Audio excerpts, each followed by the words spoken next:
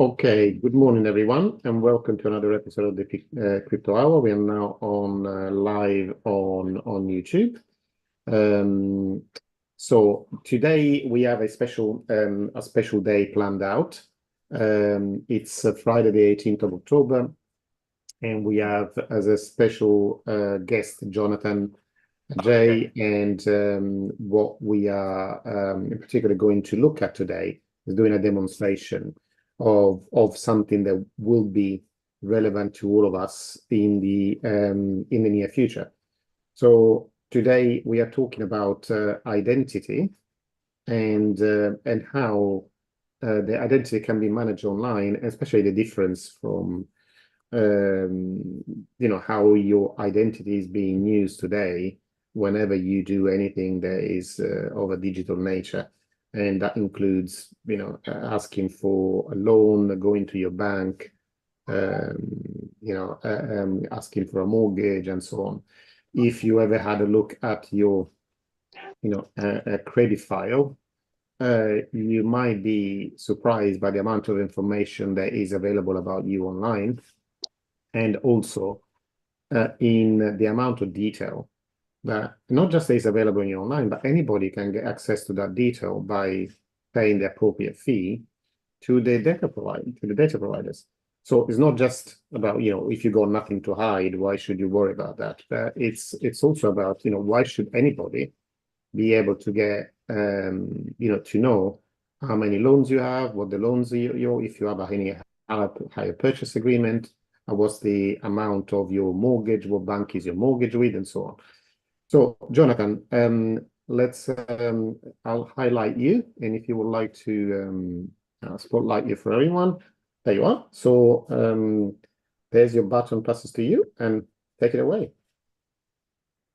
Morning, everyone. Good to see you all.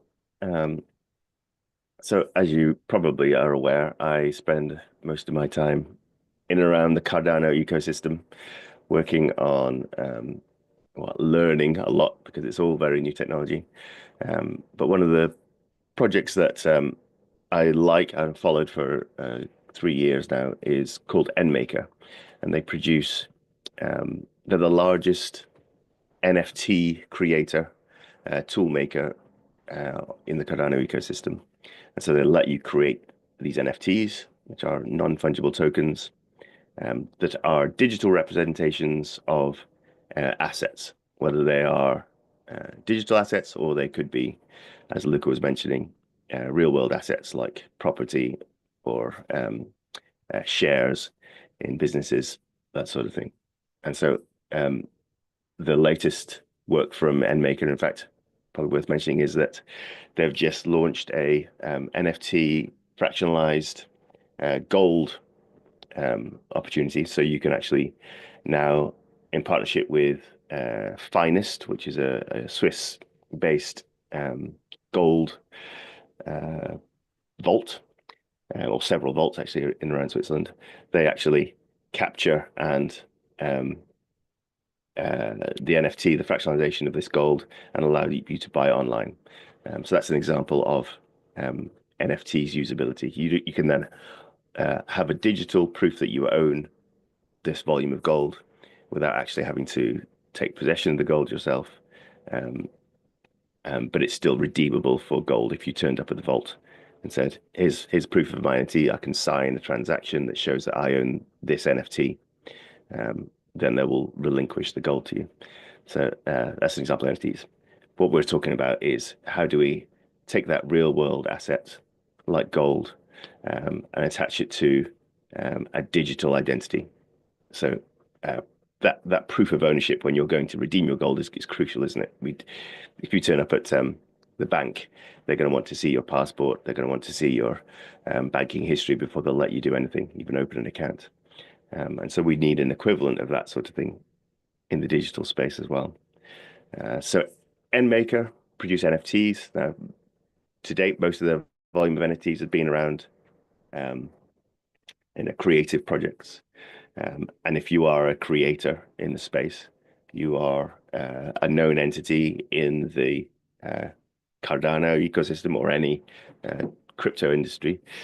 You certainly gain a certain amount of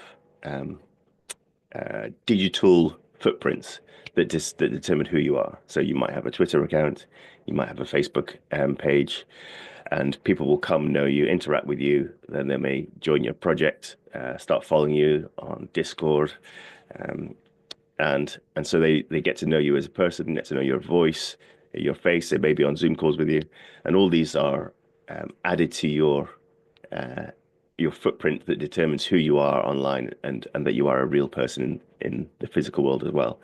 And so when someone's buying something from you, they want to have all that confidence that this person that they've seen and spent time with over the past few months is the person they're buying the product from, whether that's a creative NFT or a chunk of gold. And so what we can look at today is how EnMaker have partnered with a business called IMX, which is an digital identity tool maker, and that lets you create a digital identity that attaches your social media accounts with that digital identity that then you can use when you're selling an NFT. So if I can get my screen share up and running, I can show you the process. So this is IMX. They're based in Switzerland as well, and I've used them to verify my identity when I was. So I'm a stake pool operator on Cardano, which means that I mint Cardano through my pool. People delegate to me, and those people who delegate to me have to trust me as an entity to be a good provider in the network. And as part of my offering as a stake pool operator, we shared access to I'm going to spit a whole lot of words at you, a DePIN project, decentralized physical infrastructure project, called AucFax, which is an Oracle provider in Cardano. They, again, take real world information and verify it online. So IMX verified my identity through all my social media accounts. That then, as you were joining this opportunity to take part in my DePIN project, you could know that it was me that you were dealing with and not an imposter of some sort. So I can find the link off to the NFT project. I'll take you through it.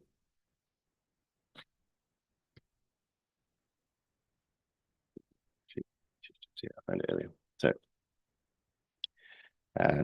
they do have several options. KYC as an individual, know your business, KYB. And this one, Verify NFT, is the one that I've made use of. So we'll run through this one here. So first off, you've got to create your identity. And this is a digital asset that will sit with you and have proof that that you are the owner, and you can prove it through a transaction. You're the owner of this identity, and this identity has verified that all these social media feeds are attached to it. So we can see here that I can connect multiple accounts to my identity. Twitter, Facebook, Discord, GitHub, Apple, LinkedIn, Twitch, and Google are the ones that are available at the moment. So I'll go through and create an identity that you can then see the process. Let's just hope I don't share any passwords in the middle of it. So this is verifying me against Twitter to begin with. So I can sign in with my social media account. And this is the same sort of Web 2 sign in that we've been doing for many years now in the web space. It's using an infrastructure called OAuth. Just find a social Twitter account, attach one to it.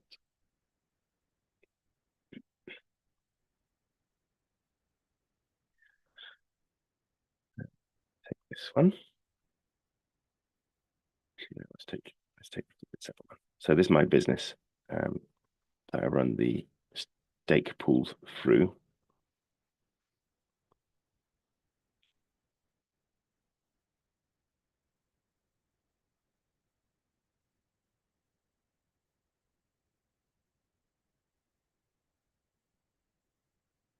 Now we're back on the IMX page, and that has gone a round trip of going off to Twitter, letting me enter my credentials on Twitter, and then dropping me back to the site. And it's now picked up that I have I have the username and password to the Fluid7 Twitter account. And so this way I have verified through a login procedure that I'm the owner of that account, or at least have access to it. I could then go on and do the same for other accounts as well. So I am a developer, I might have produced code and placed it in a public code repository where people can come in and share my code, have access to it. If you're working in an open source software project, people will come in and want to know that who you are in a platform called GitHub, which is the largest public repository of code out there. And so they'll come to your GitHub profile, they'll see all the projects you're involved in. If they're an employer, they will check the code that you've produced. They'll actually see how good quality your code is. And if they just want to make use of some of the code that you produce, they can then download it and use it in their software. There are copyright restrictions in place, but yeah, effectively the code is open source, and so it's a good public verification of the work that I do. You can go to my GitHub profile, find the code that I write, and use that information in however you see fit. Either it's just to identify me as a person who's running this deep-in opportunity, or as someone you want to take on as a job. And so I might verify my GitHub profile again. Similar sort of thing. You've got the login screen now for GitHub. And I just need to prove that I can log into my GitHub account. And so this isn't my business account. This is now a personal account on GitHub.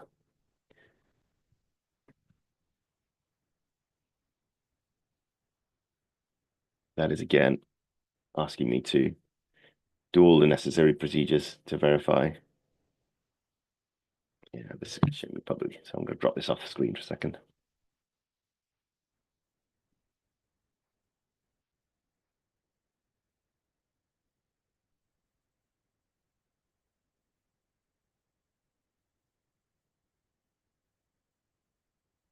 This is my two-factor authentication, which you're all familiar with in the painful world that we now live in. No, didn't like that one.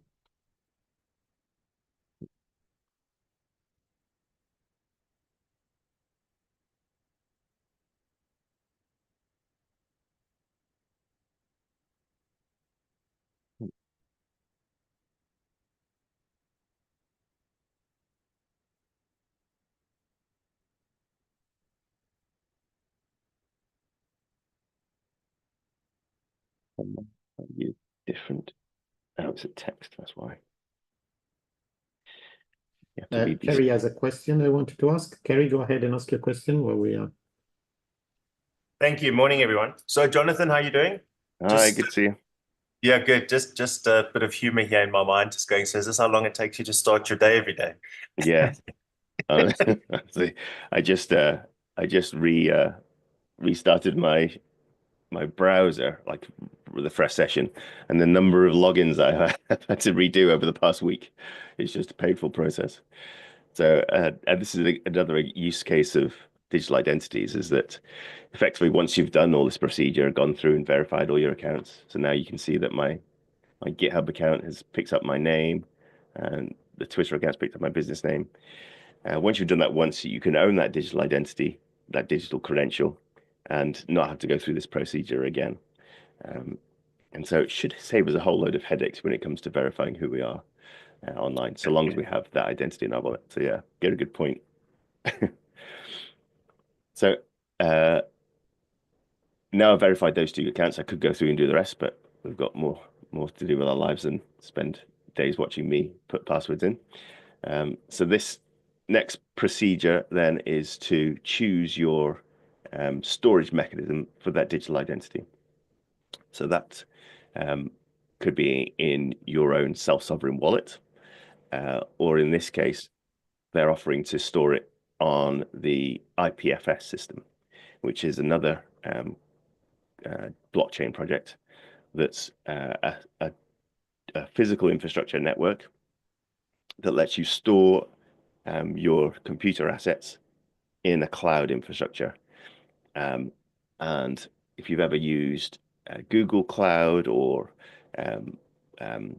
Dropbox or Microsoft's Office Suite, then you're storing your digital assets, your documents, maybe your business credentials in an online system. And at the moment, most of those are stored in private entities managed accounts. So like Dropbox is a private business, they're storing your data and they're securing it. You're paying them for the service of securing that data. And what the interplanetary file system does is actually decentralize that. So it's not, the storage isn't provided by a single private entity. It's actually provided by anybody who wants to contribute drive space to that file system. And that's decentralizing the storage mechanism. It's fragmented and shared out between lots of different individuals who provide storage, and it can always be reassembled. And it means that that storage mechanism can't be like if you did something that upset a particular nation state, maybe in the Arab world or in the United States, that government could come after you for provision of data from a single provider. They could easily go to Dropbox and say, give me your data. And if you're in contention with them, legally or otherwise, you might not want that data to be handed over. Whereas if that private entity is in the jurisdiction of that nation, then they'll have to hand it over. If, however, you're on the IPFS system, then they've got 1,000 providers who could try and go after to demand access to your data. And so it's a much more secure, robust way of storing digital information. So they're offering that as a provider. They haven't integrated all these chains as of yet, but this is the future of it. So Bitcoin and Ethereum, you've probably heard of, they'll have storage layers, Solana and Polygon. But then there's also other providers like Hyperledger is a very good framework for from the Polkadot ecosystem that's good for storing data and so forth. So I'll leave it on the IPFS for now. This is another way of changing how we're thinking about interacting in the world. We don't have to rely on a single provider where we're subject to rising costs. The competition may not be so great once we're locked into a single provider like Google.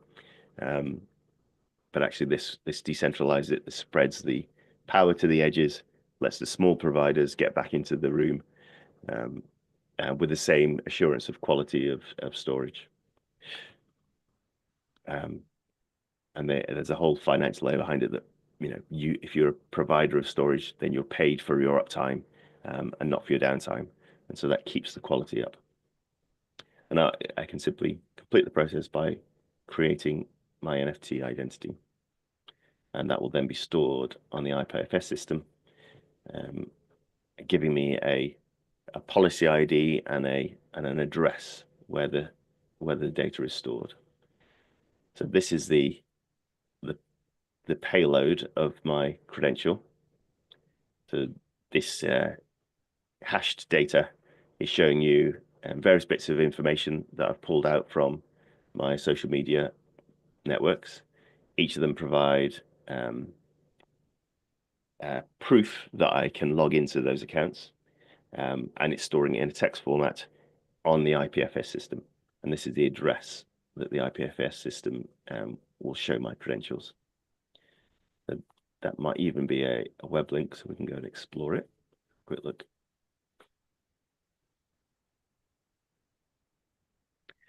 And so this is for your social media feeds at the moment, but there's no reason why this couldn't be extended to include government bodies. So you might have your driver's license.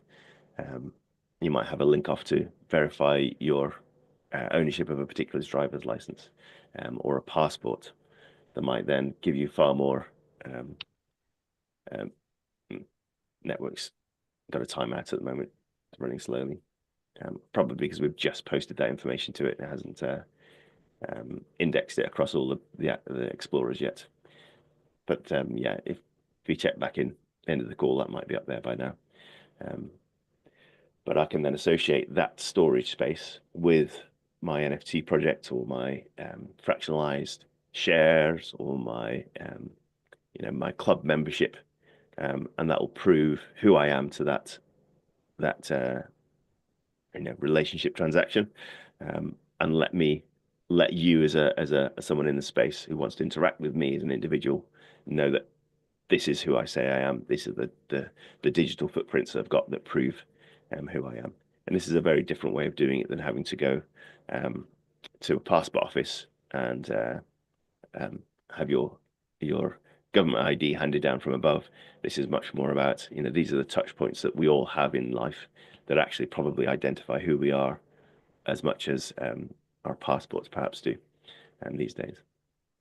So a good crucial bit of information. And I haven't had to go through any, third parties, rigorous identification systems again. I just did a login to Twitter. I don't have to go and create a new account and store anything more with it.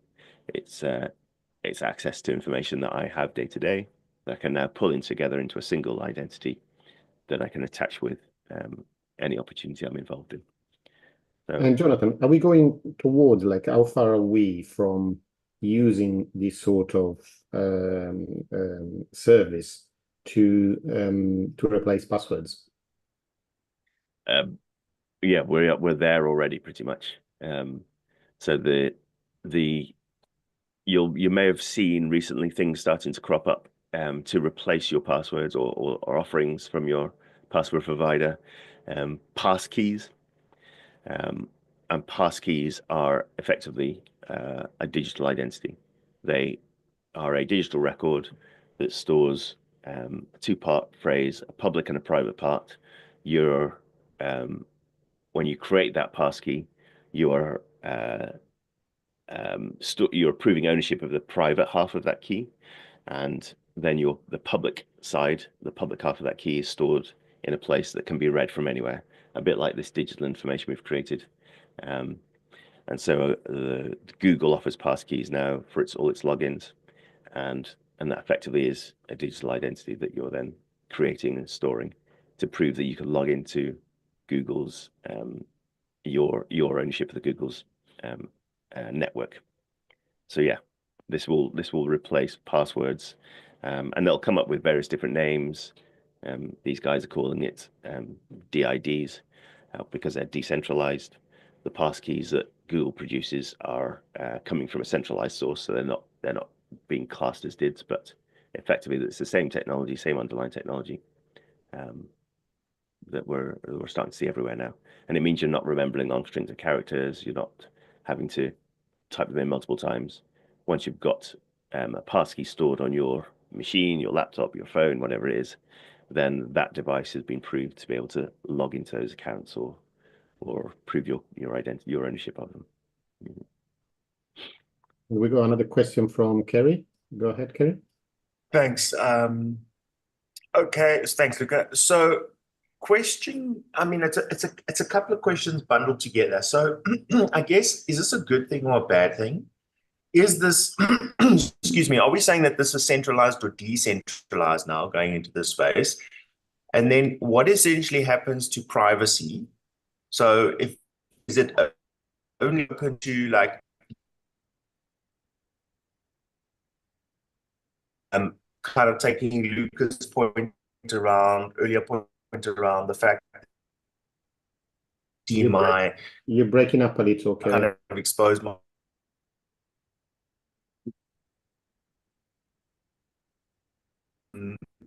and then also it's dipping out quite badly, Kerry. I don't know if you can do anything. Can they see who you are?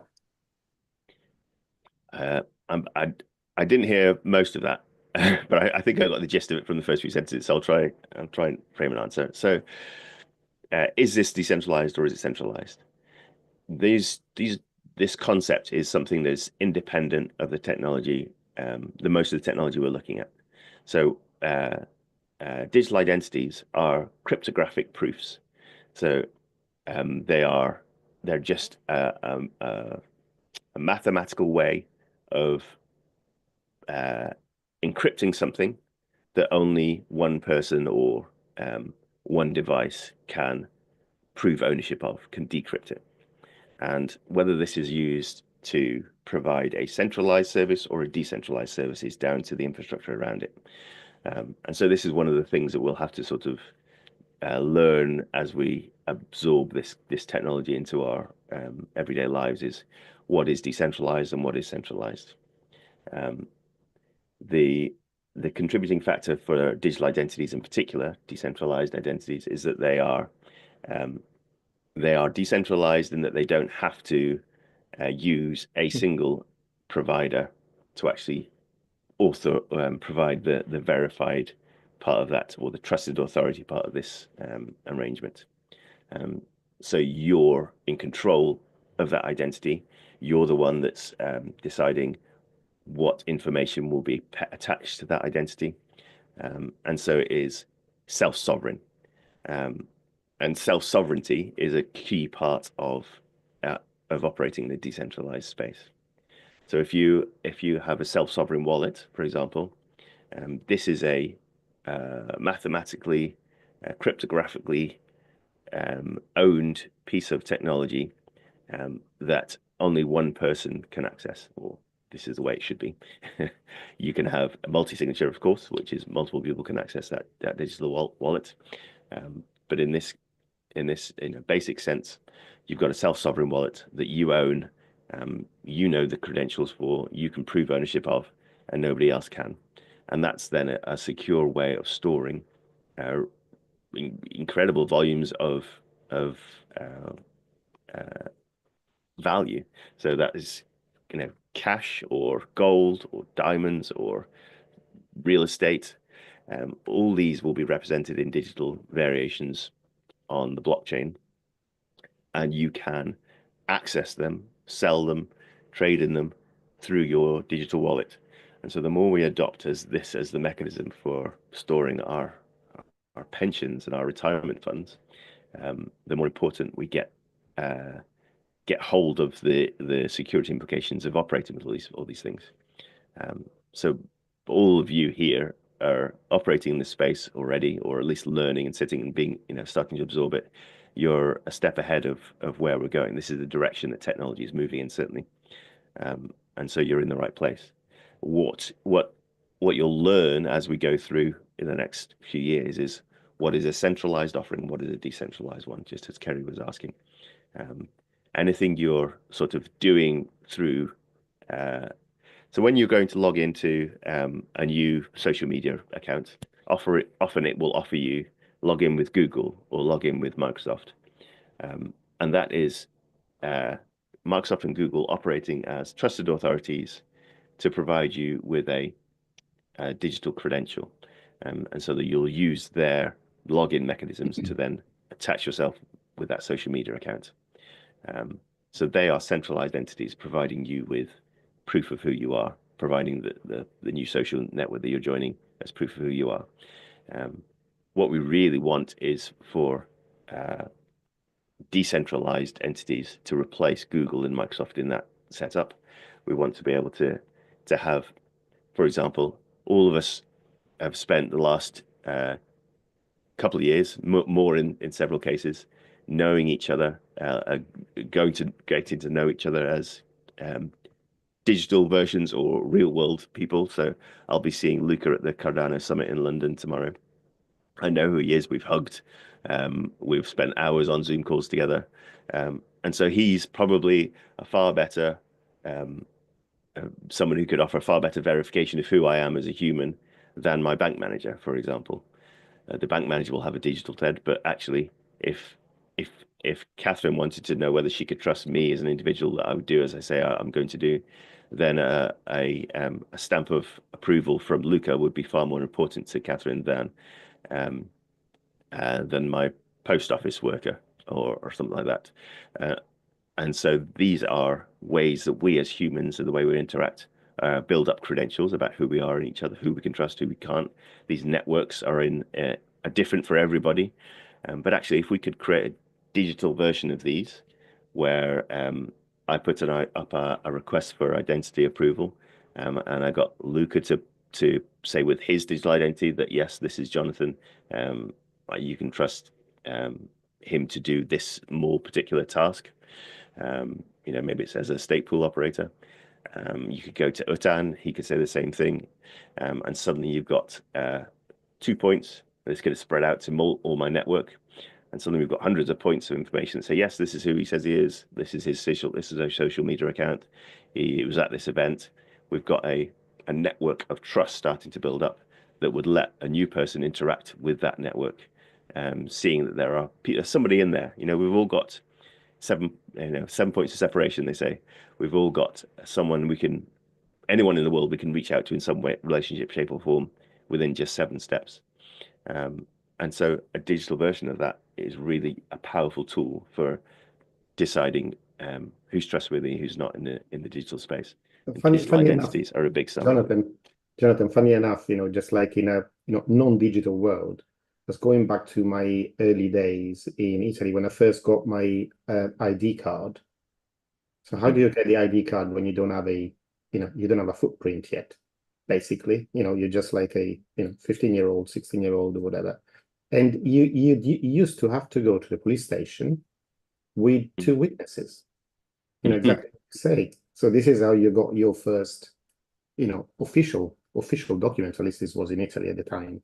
I don't know if things have changed now, but that was the way that you got your first document. And then with that, then you apply for your driving license and everything else. But that is exactly what you are describing in a way. Obviously there was like the trusted party of the police that was responsible for issuing the document, but that was the process. And kind of like we're talking about here I think the word is really I can't pronounce it, sovereignty. Sovereign, yeah. Sovereignty. But what it really means is that, because it's kind of a big word, this is how I read it. It just imagine that in this this process that you showed us, we have a lot more than just a social media identity. You might have your your fingerprint, your iris scan, your passport details, your driving license detail, and whenever you interact with something that needs to prove who you are, you can then share only that bit of information. Because even now, if you're young enough to look under 18 and you want to go and buy some alcohol, for example, you have to prove that you are of age to be able to prove that. But even the crudest form of document that we have, at least here in the UK, is a driving license to prove that. A driving license has got a lot more information than what the shopkeeper needs to know to be able to sell alcohol to you. So why should we share all that information? The same is we were talking before about the your credit file. If somebody needs to loan money to you, needs to know if you are like a good risk or a bad risk. Do they really need to know every single loan that you have going on active, and exactly who it is for, or going into your accounts and telling why it is that you spent whatever £10,000 come out of your account? In this case, tell me why. What do you spend that money for? Do they need to know that, or do they need to know that a processor already looked into that and has judged it to be a good risk, a bad risk, a medium risk? So those are the questions that we're talking about. All this excess of information that is available, that is normally 99% out of 100 is used for good reasons, but it can also be used for other reasons that are not really in your favor. So you want to be in control of that situation, of who knows about you, who knows what about you, not a third party that you might have no control over, and that can be broken into, as it's happened many times before. For all major providers in the UK have been hacked, including banks, including services like water, electricity providers. They have lots of information about you, your house, where you live, or what you consume on a daily basis in terms of, all the, bits of information that may think, well, what damage can it do? But you will realize what damage it can do if you ever had your identity stolen. And then you had to prove, no, actually, that was me or that wasn't me. That is, if you can imagine, somebody's got all your details and create another identity and start, making loans, taking loans in your name, or just applying for documents in your name. How do you prove that, that is you or that isn't you? And so that it becomes very, very relevant when something like that was to happen, or if you're in a country where the institutions are not strong, and you can't easily just go to an office and produce a piece of paper, then this could actually replace that infrastructure, and in a way that not only it's easy to transmit, but it's also proves in countries that may be the other side of the world that the information you hold is actually true. Yeah, it's a crucial development that we need to see, because the amounts of data theft and digital identity theft that is going on at the moment is huge, and it's a big industry, it's big business, and even the hot topic of defense of national borders is based around digital identity, identity problems, in that identities are easy to get hold of because there's a market for them, because there are people willing to pay who want to move through borders. That's created a big business. Actually, if we can apply a layer of cryptography and decentralization to it, then it's much harder to target that information to go after. So it really becomes about taking hold of your digital identity, because it is such a crucial part of our lives now.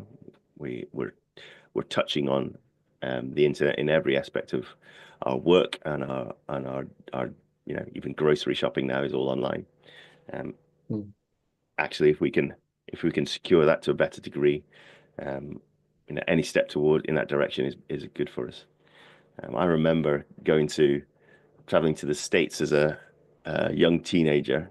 Well, young, I was probably 19, old teenager, and I was stunned because they needed me to prove how old I was at everything I went to. So, I think I was just at Pleasure Island and in Florida, and I couldn't buy alcohol, but I just needed to prove that I was even allowed into the venues. And so I'd have my passport, I'd have to carry that around with me, and just be able to get into an amusement park.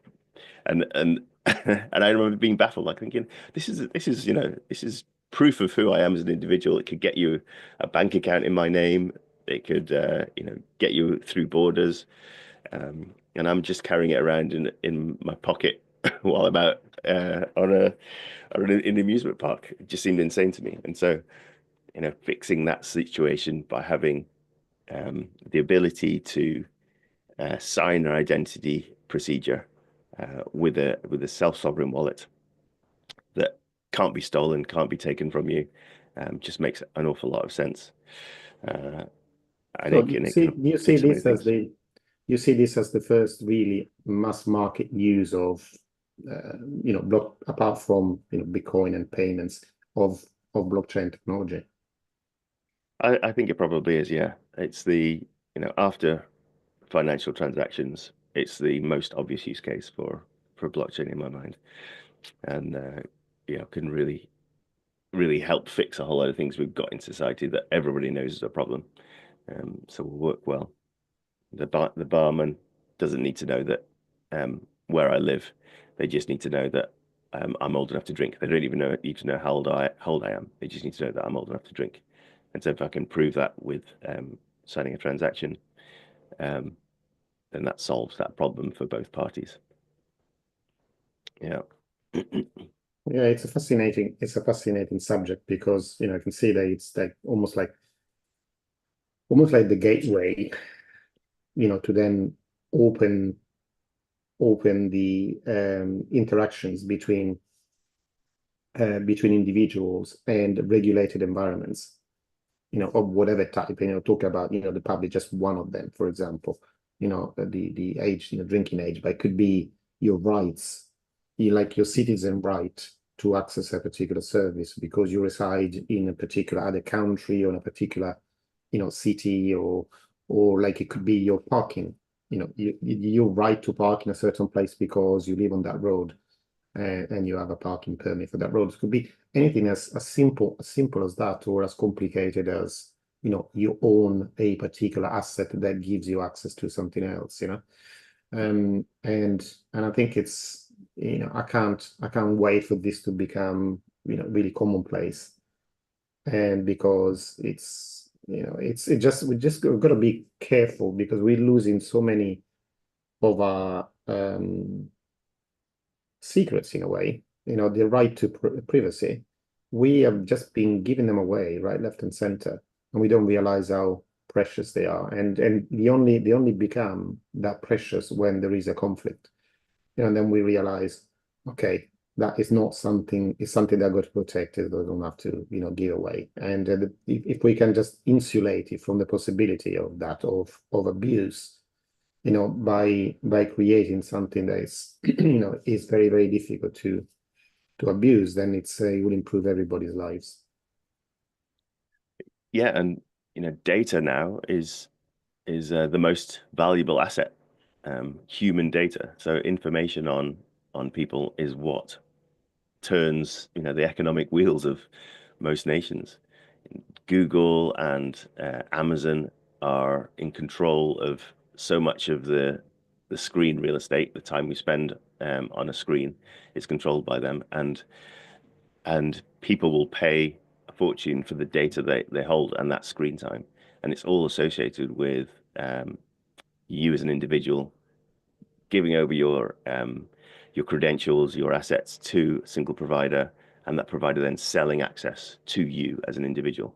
That's what allows us to have all these free tools that we have access to, like Google Drive and Google Photos and all these things. But stop listening to me, Google. Phone just woke up. But it also means that they're profiting off the back of the secrets that we previously held. And once that information is out there, you can't really get it back into the box again, and it will continue to be sold.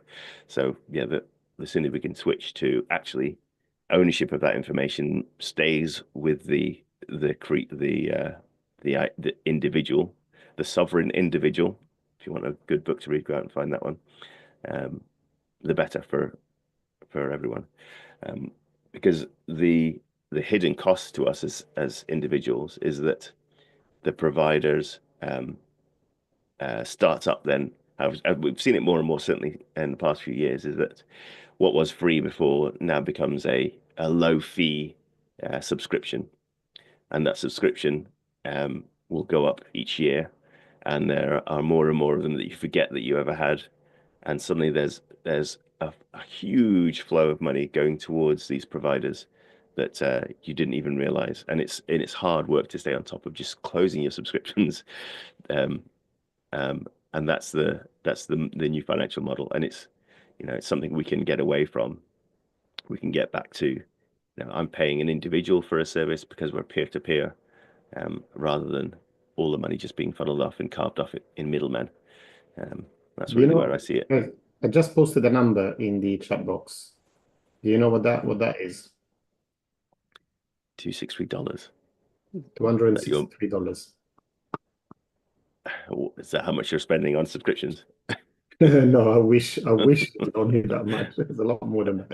No, it's the value of your search history per year.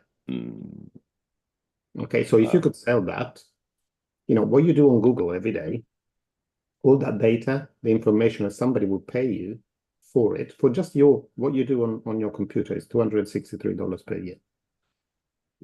Obviously, the value to an advertiser is a lot more. The value to an advertiser is $420 per user.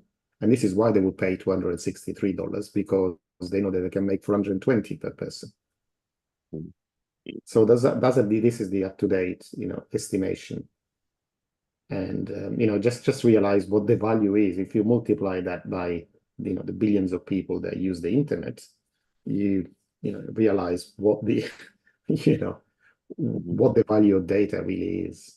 And wouldn't a far better model for that be that actually you own that data, you're holding it, you can charge $260 for your search history if you're willing to sell it to somebody, and you then receive that money direct rather than it going off to Google. And that's really what we're talking about here. So yeah, perfect example. We're being monetized all the time as individuals, but actually that should be back in our hands. That should be back under our control. In our pockets. And pockets. Oh, okay, guys, we came to pretty much the end of this session. If we got room for one question, if anybody has a question, something that we haven't covered yet, otherwise we'll finish the call here. Anybody? Hi, Luca, if I may, I want to go back. Thank you, Jonathan. You answered most of what I was asking earlier. Just the one part I did miss at the beginning of the chat was you were saying something as you were kind of taking over. You're talking about nation states being able to access information or get all that data if there was some kind of misbehavior. Could you maybe just recap on that, please? Yeah, I think I was just touching on the control of that data and where it sits. So if you are, so for example, I had an employee in a remote contractor that I was using who was Russian, and at the outbreak of the Ukraine war, we had all the payment mechanisms for me as an employer to him shut off because of nation state sanctions. But we'd been working together for years beforehand. So why had that relationship peer-to-peer changed? Only because of the nation states that we both happened to reside in. There was nothing illegal going on. I was paying him for providing development services. And there's no reason why that free market flow shouldn't continue happening. And so it was a nation state deciding to punish another nation state for actions that they were both bickering about that really shouldn't have affected us as individuals. And this locking of our bank account mechanisms between each other, and fortunately we were both knowledgeable enough to be able to use digital currencies instead, and so I could settle my debts and move on from it. But without that, he would have been in dire straits, and the dependents that were relying on him and that income would have been in dire straits as well. And so if we're really operating in a global state where humans can interact with humans on the other side of the planet, just like in this call, we need to be able to have assurances that individual to individual, we can still carry on those relationships, those business partnerships, without being impacted by the nations that we happen to live in, to the extent that they currently are. And I think that's another crucial freedom that we need to bring with us as we take on our roles in this new global society. And blockchain is the facilitator for that. And it's not it's not necessarily just stop illegal activity going on, so hand over all your power to the nation that you're in, because nations do things that I consider illegal all the time, and so we need to be able to break out of that restriction as well in certain circumstances. Yeah, on this point, this is a very good closing point, Jonathan. Thank you very much for your demonstration today, and I think it's important. As we're talking more about unbanking, and other markets, is actually talking a lot about unbanking at the moment, and this is obviously more and more relevant apart from that, in what we do every day. So thank you for sharing it with us, and probably what a lot of people don't think about. Kerry, it's on my YouTube channel, so you can access it. You can access it on that. So we'll close this call now. We'll start the long-term wealth call on the AIW channel in about 10 minutes. Okay, so For anybody that's not part of that, have a fantastic weekend. For everybody else, I'll see you in 10 minutes. Okay. Thank you, guys.